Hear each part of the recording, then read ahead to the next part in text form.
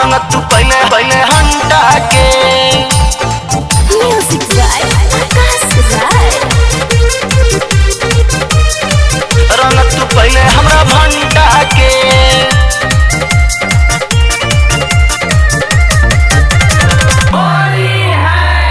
हम है जीजा तू हो साली तोहरे कारण खिसियाइल घर वाली। हम है जीजा तू हो साली तोहरे कारण खिसियाइल घर वाली। भगवा में खोजेलू कंडा के ए साली असोहली में सुना ए साली असोहली में सुना रंग तू पहले हमरा भंटा के ए साली असोहली में सुना रंग तू पहले हमरा भंटा के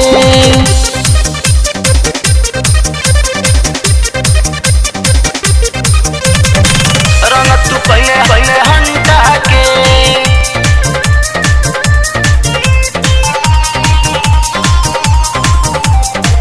रंग तू पहले हमरा भंटा के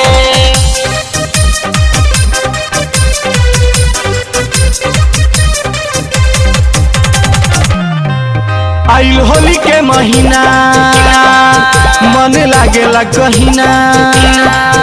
आइल होली के महीना मन लागेला कहीना रंग ठीक से मिला लो हो। हम डालम तहरा में होलिया के लहरा में पिचकारी है हिला लो हो। घरे तू केहू से करी नहाला तनी सलागी डालला न पाला गरम हो जाइबू खाके अंडा के ए साली असोहली में सोना ए साली असोहली में सुना रंग तू पहले हमरा भंटा के ए साली असोहली में सुना रंग तू पहले हमरा भंटा के रंग तू पहले हमरा भंटा के भंटा के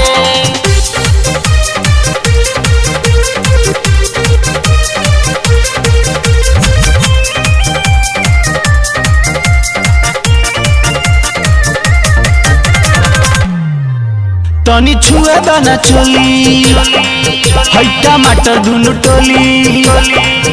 तनी छुए दाना चोली है टमाटर दुनु टोली काहे करेलू तू चोना हो। हक बावे सुन साली बोल केने केने डाली बंद कर रे ना धोना हो। अनिल जहरीला से करा देलू लफड़ा राजू पांडे आज फारी तोहर कपड़ा चक्कर वाला के कौन पंडा के ए साली असोहली में सुना ए साली असोहली में सुना रंग तू पहले हमरा भंटा के ए साली असोहली में सुना रंग तू पहले हमरा भंटा के। हम है जीजा तू हो साली तोहरे कारण खिसियाइल घर वाली। भगवा में खोजेलू कंडा के